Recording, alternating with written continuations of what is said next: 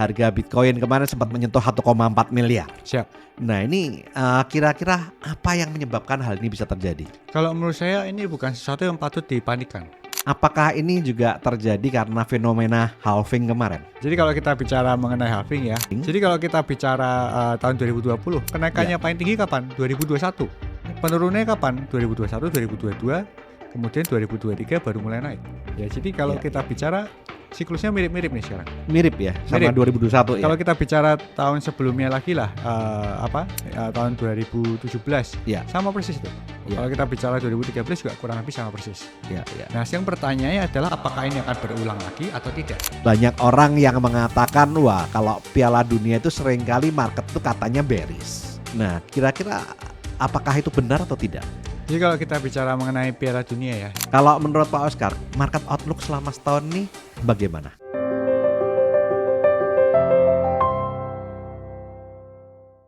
Halo Sobat Sip, saat ini kita sudah memasuki awal bulan Januari. Dan mungkin bagi Anda yang investasi kripto di pertengahan tahun 2025, pada saat saya dengan Pak Oscar Darmawan melakukan podcast, itu harga kripto mencapai 2 miliar. Dan di bulan Desember ini terjun bebas sempat mencapai 1,4 miliar. Dan saat ini mungkin di kisaran 1,4 sampai 1,5. Nah, sehingga banyak orang panik, banyak orang merasa ini bear market. Nah, bagaimana bear market itu bisa terjadi dan apa yang menyebabkan kripto sekarang turun? Kita akan kupas bersama narasumber kita, Bapak Oscar Darmawan. Pak Oscar, terima kasih mau berkenan lagi hadir untuk datang di podcast saya. thank you Coach Tony, sudah diundang lagi nih. Pak Oscar, ini banyak sekali rekan-rekan yang panik. Kenapa? Karena kan kemarin habis euforia ya. Oke. Bitcoin sampai mencapai 2 miliar. Siap. Nah, kemudian sekarang harga Bitcoin kemarin sempat menyentuh 1,4 miliar. Siap. Nah, ini kira-kira apa yang menyebabkan hal ini bisa terjadi? Kalau menurut saya ini bukan sesuatu yang patut dipanikkan. Karena itu turunnya itu kan kalau kita bahas di seminar sebelumnya memang sudah saya katakan kan bahwa memang harganya bakal turun. Ya. Karena kalau kita ngerti siklusnya ya kita akan tahu kapan saat-saat momen yang kemungkinan turun. Jadi kita nggak terlalu panik. Dan kalau menurut saya sendiri turunnya ini belum maksimal ini sebenarnya. Karena turunnya baru sekitar 25%, 30%. Baru 500 jutaan kan. Masih bisa koreksi lebih dalam. Tapi karena sekarang memang market maker yang lebih bagus, kemudian infrastrukturnya yang lebih siap, makanya kita bisa melihat turun naiknya itu nggak sebesar sebelum-sebelumnya. Ya, kalau dulu waktu tahun 2013 turunnya bisa sampai 70% tuh Coach. Wow. Sampai 70%. Kalau kita bicara tahun 2020 lah, nggak tahu lama, itu turunnya bisa setengahnya lebih. Ya, jadi kalau kita ditanya apakah kemarin turun 500 jutaan itu gimana ya, menurut saya nggak gimana-gimana. Karena memang kalau kita ngerti siklusnya komoditas, semua trading komoditas itu ada siklus. Ya. Dan siklus itulah yang membuat persiapan adanya momentum baru. Kalau malah nggak ada namanya penurunan itu justru bahaya. Artinya tidak akan bisa terbentuk suatu momentum untuk harganya naik kembali. Bisa terjadi kalau naik terus malah bubble dan turunnya lebih dalam lagi ya? Bukan, bisa benar-benar inovasi ini akan stop. Oh gitu. Kenapa? Karena kalau memang dia naik terus tanpa pernah koreksi, itu artinya order booknya akan sangat tipis tuh. Tidak akan pernah terbentuk titik support. Kalau nggak pernah terbentuk titik support, pada saat terjadi koreksi karena apapun lah, karena teknologinya atau mungkin karena ada suatu perubahan pada sistem atau apapun juga, itu akan membuat harganya crashnya terlalu jauh. Dan crash yang terlalu jauh itu akan menyakiti marketnya terlalu besar. Nah, apakah ini juga terjadi karena fenomena halving kemarin? Betul. Jadi kalau kita bicara mengenai halving halving itu kan terjadi di tahun 2024 ya, 2024-2025. Jadi kita bicara halving berikutnya 2028, Coach. Ya, jadi setelah halving biasa euforia selama setahun, ya kemudian setahun berikutnya kan akan terjadi sideway. Atau bisa diawali dengan penurunan, kemudian sideway yang harusnya terjadi tahun 2026-2027 ini. Nah, nanti 2027 baru kemudian akan mulai timbul momentum tuh untuk naik menyambut 2028. Nah, kemarin ini tapi kan biasanya kalau halving itu kan turunnya itu biasanya segera setelah halving. Enggak segera setelah halving. Justru kenaikannya tuh after halving. Coach. After halving. Jadi kalau kita bicara tahun 2020, kenaikannya paling tinggi kapan? 2021. Penurunannya kapan? 2021, 2022, kemudian 2023 baru mulai naik.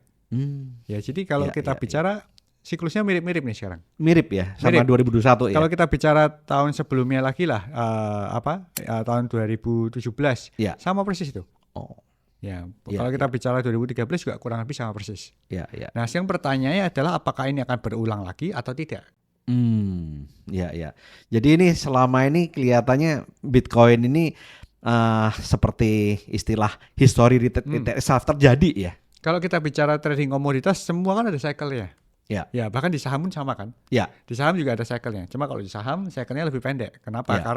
Karena dipicu salah satunya oleh pembagian dividen. Pembagian dividen biasanya setiap tahun. Ya.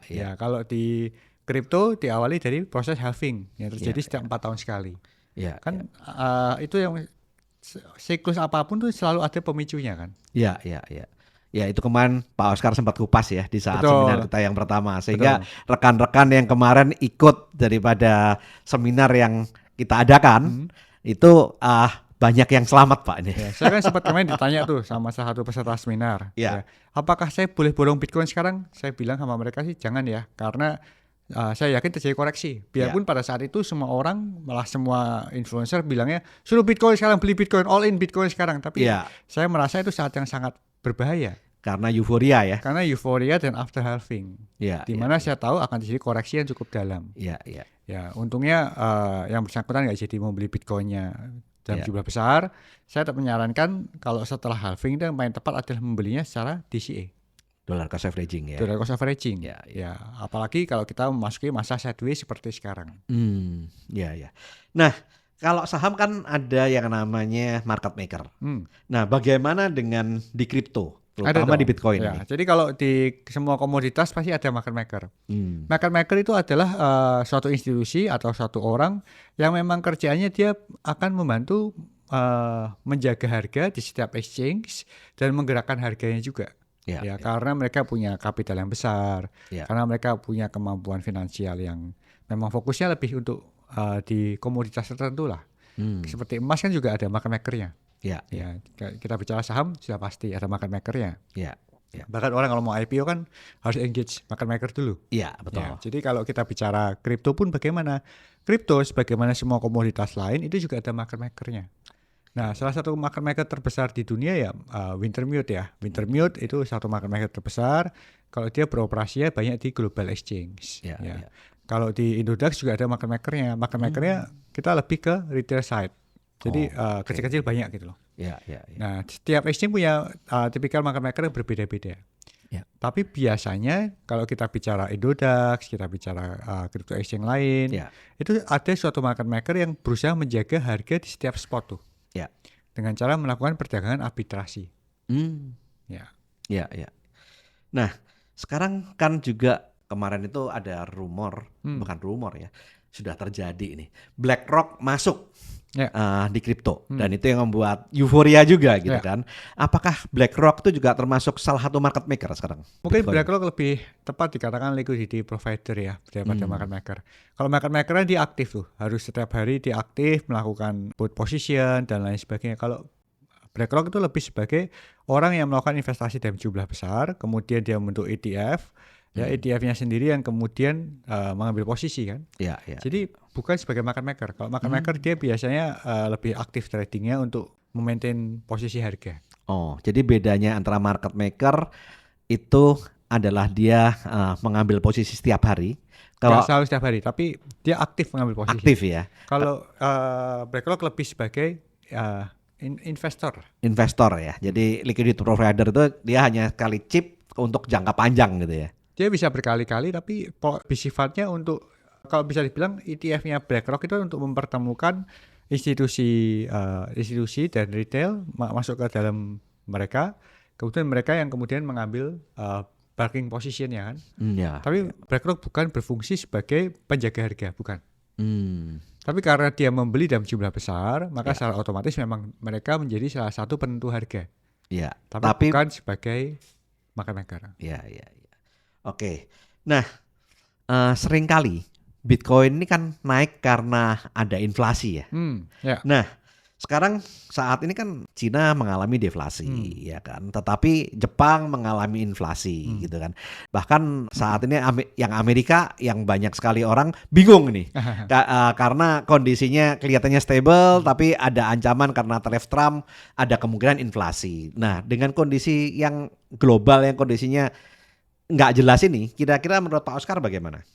Kalau kita bicara mengenai inflasi ya, inflasi kan sesuatu yang kalau sedikit itu sehat, kalau kebanyakan akan menyakiti ekonomi. Ya. Ya, jadi kalau kita bicara saat-saat sekarang memang saat-saat yang spesial nih, karena biasanya ekonomi dunia bergerak bersamaan. Ya, tapi kalau kita amati dalam 5 tahun terakhir ya, khususnya setelah era perang dagang yang terus-menerus dilakukan dan makin tajam, ini memang sedikit banyak menyakiti ekonomi seluruh dunia. Tapi mungkin ini adalah bagian untuk mengatasi overheating ekonomi yang terlalu panas. Karena kan mesin ekonomi kan selama belasan tahun sebelumnya kan sangat cepat perputarannya. Kalau adanya proses saat-saat 5 tahun ini ada saat-saat proses menurut saya sesuatu yang berusaha untuk menyehatkan ekonomi dengan adanya bubble-bubble kecil. Ya kan, daripada jadi bubble besar kemudian ekonominya bubar gitu kan. Jadi kalau kita bicara mengenai inflasi, itu selalu membantu semua komoditas dan semua saham juga ikut naik kan. Karena nilai mata uang menurun, mereka berusaha mengamankan posisi, semua komoditas dan emiten akan otomatis bergerak naik. Nah, yang problem adalah Cina nih, karena Cina masih terus berusaha melakukan deflasi. Tapi kalau kita melihat alasan kenapa Cina melakukan deflasi, ya karena dia berusaha membuat harga produknya bisa bersaing di dunia global. Ya, jadi kalau kita memang polanya Cina kan gitu. Kalau dia mau bersaing dengan global, dia berusaha melakukan deflasi. Dan di satu sisi orang makin lama makin percaya sama yuannya mereka kan. Padahal Cina pengen mata uangnya turun, melemah. Jadi lucu juga sih ya. Dari situ kita bisa melihat bahwa sebenarnya memang ini lebih arahnya ke inflasi kalau menurut saya. Dan kalau kita bicara inflasi, itu akan menjadi sesuatu yang baik untuk kita memegang suatu komoditas di luar fiat. Makanya kita sekarang melihatlah emas sudah naik segini tinggi pun dia koreksinya nggak terjadi nih. Betul. Terjadi sebentar kemarin tapi kemudian naik lagi. Saya percaya itu sama dengan kripto, karena kripto itu kita bicara mengenai komoditas safe haven. Cuma ini sayangnya memang terjadi saat ini adalah saat dimana after halving, 1 year half lah, almost 2 years setelah halving. Ya kalau kita bicara April nanti kan 2 tahun tuh. Jadi itu adalah masa-masa dimana terjadi sideways karena kemarin ada taking profit. Sudah pasti whale melakukan taking profit. Ya kalau sudah harga sudah tahu tinggi, mereka taking profit untuk menunggu momentum berikutnya nyerok dari bawah lagi kan. Atau mereka melakukan DCA. Kalau saya kan lebih suka DCA. Sampai sekarang pun saya masih membeli DCA. Kalau ditanya apakah saya kemarin beli Bitcoin di harga 2 miliar, saya ada beli. Karena saya melakukan DCA. Jadi rutin gitu belinya. Nah, tapi apakah saya buru-buru jual? Enggak juga. Karena kalau DCA kita mendapatkan ketenangan dalam berpikir, ketenangan dalam mengambil keputusan. Nah, itulah positifnya DCA.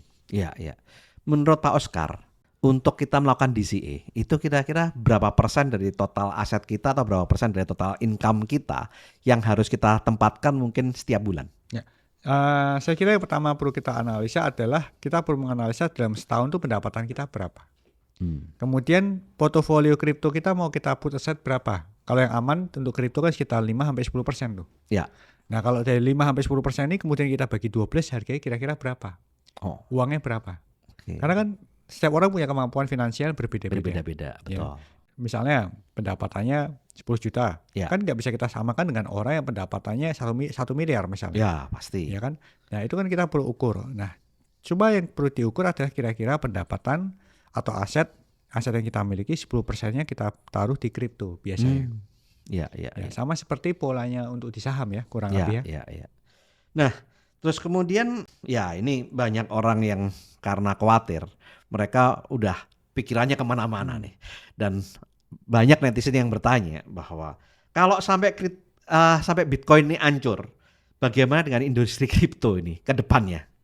Saya kira kalau kita bicara industri kripto secara global ya, tetap sesuatu yang bagus ya. Karena kripto ini game plan-nya minimal saya melihat sampai tahun 2040. Dan besok itu kan masih 2027, 28 masih ada halving nih. Ya, ya. Sekarang 2026. Ya. Kalau kita bicara 2026 ke 2040 itu ada 14 tahun. Ya. Makanya kalau kita bicara mengenai komponen apapun ya, kita mau trading apapun, baik saham, emas, kripto atau apapun, kita harus tahu fundamentalnya. Karena fundamental itulah yang membuat kita tenang dalam mengambil keputusan. Ya. Sama seperti kita menyukai misalnya yang fluktuatif lah, batu-batuan. Ya, Ya kan dulu zamannya batu ake, batu belian, batu jamrut atau apapun. Ya, ya. Jangan asal beli kan, harus mengenali kenapa. Betul. Dan sampai hari ini pun, biarpun batu-batu ake itu banyak harga turun semua ya. Tapi beberapa batu harganya tetap mahal loh. Ya. Jauh di atas belian. Ya. Karena orang yang membeli dengan tahu fundamental mana yang betul, dia akan tetap tidak tergeret ke bawah. Ya, masalahnya saat ini banyak sekali orang-orang di market itu yang FOMO ya. Ya, ikut-ikutan ya. Nggak tahu fundamentalnya apa karena temennya kaya dari Bitcoin, dari saham, dari emas. Lah, mereka pada masuk dan pada saat turun mereka panik gitu. Ya. Sehingga pikirannya pada saat turun itu udah macam-macam gitu. Makanya saya selalu merasa bahwa yang paling penting itu adalah financial literacy. Ya. Financial literacy itu adalah salah satu penentu kesuksesan orang. Selain daripada penanganan emosionalnya. Ya. Nah, kira-kira kalau misalkan kita membuat kelas berikutnya nih Pak Oscar, untuk memberikan financial literasi buat rekan-rekan supaya tidak panik, supaya tahu pondasinya untuk berinvestasi di kripto, apakah itu di Bitcoin atau di altcoin. Nah, kira-kira Pak Oscar ada waktu kosong di bulan apa ya Pak? Boleh, saya sih selalu berusaha untuk melakukan komitmen saya mengedukasi market. Mungkin kita bisa rencanakan di bulan Februari, Coach. Di bulan Februari ya. Coba saya cek dulu tanggalnya. Ini kita buat di Sabtu Minggu. Kalau misalkan sekitar tanggal 7 sampai 8 Februari. Ya, perfect timing. Pak Oscar bisa ya? Boleh. Ada waktu kosong ya? Oke. Nah, jadi bagi Anda yang ingin tahu lebih dalam mengenai literasi kripto, supaya Anda beli itu bukan karena FOMO, tapi beli itu karena Anda tahu dasarnya. Sehingga pada saat market naik, Anda tenang. Demikian juga pada saat market turun, Anda pun juga nggak panik. Jadi tujuan daripada trading, tujuan daripada investasi itu cuan, bukan cut loss. Masalahnya banyak sekali orang-orang yang investasi bukannya kalau naik dijual, tapi justru turun karena panik dijual, akhirnya boncos. Nah, maka dari itu Anda harus belajar literasi keuangan dari Bapak Bitcoin Indonesia. Orang yang bisa dikatakan pertama kali memperkenalkan Bitcoin Indonesia dan saat ini satu-satunya ya yang menjadi master daripada blockchain ya, Pak Oscar saat ini ya. Jadi satu-satunya master blockchain di Indonesia itu yaitu Pak Oscar Darmawan. Anda harus hadir di sana. Nah, selanjutnya saya juga masih ada pertanyaan lagi yang mana banyak sekali orang-orang yang saat ini lagi ingin menyambut Piala Dunia. Kan di pertengahan bulan Juni dan pertengahan bulan Juli itu ada Piala Dunia, Coach. Pak Oscar. Nah, saat ini banyak orang yang mengatakan, wah kalau Piala Dunia itu seringkali market itu katanya bearish. Nah, kira-kira apakah itu benar atau tidak? Jadi kalau kita bicara mengenai Piala Dunia ya. Piala Dunia itu kan masanya di mana orang melakukan spekulasi tuh. Ya, spekulasi akan banyak berhubungan dengan game soccer ya. Nah, jadi kalau kita bicara di kripto sendiri nggak benar-benar semuanya bearish biasanya. Karena kalau kita melihat beberapa kripto yang berhubungan dengan prediction market itu mengalami peningkatan. Jadi penggunaan USDT itu bakal meningkat, penggunaan Polygon ya. Karena Polygon itu banyak dipakai untuk prediction market. Prediction market. Jadi kita bukan bicara aspek legal ilegal di Indonesia ya.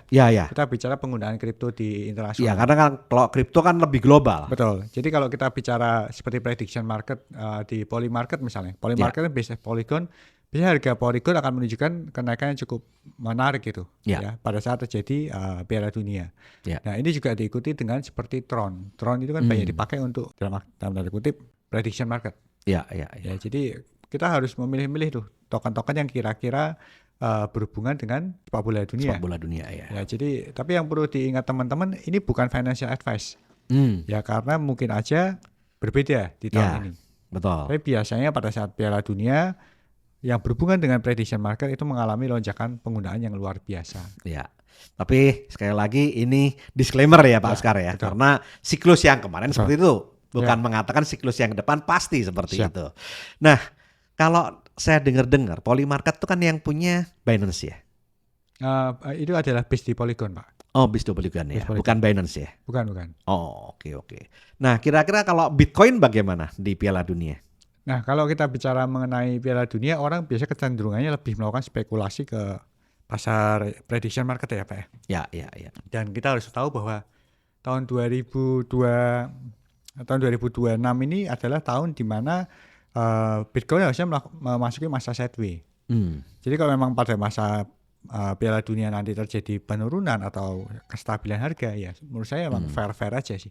Kalau misalkan pada saat Piala Dunia tiba-tiba market turun dalam nih, kira-kira kalau prediksinya sideway berarti boleh masuk dong, Pak?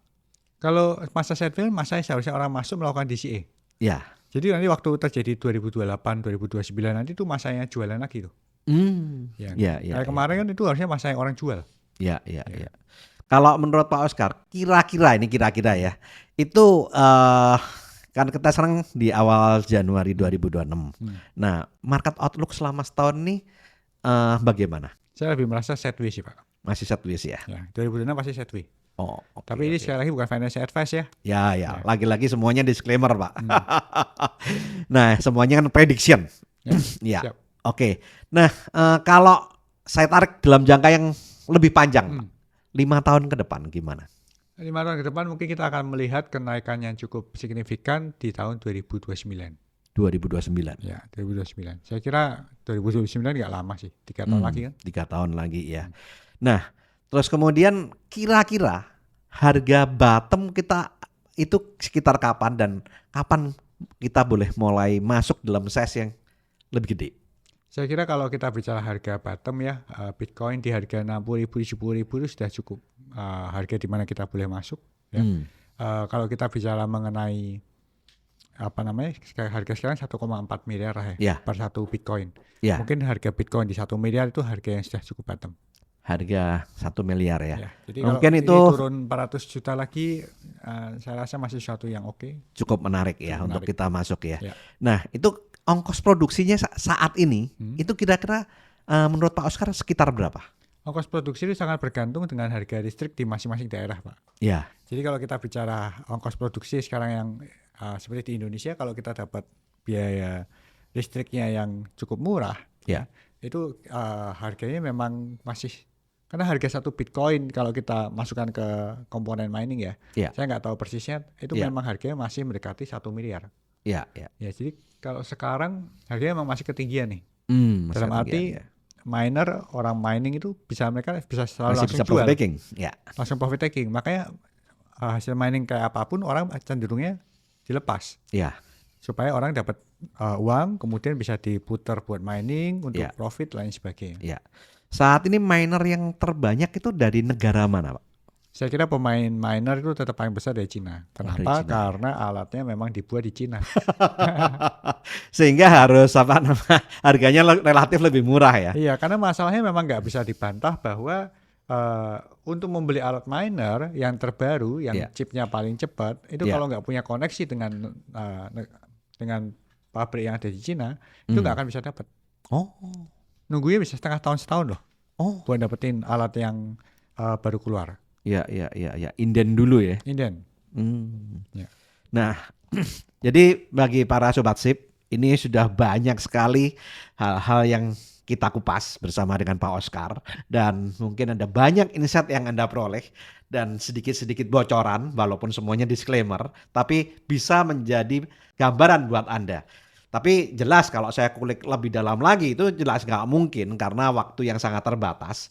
Tapi kita akan buat seminar di tanggal 7 sampai 8 Februari 2026. Di situ kita akan kulik habis.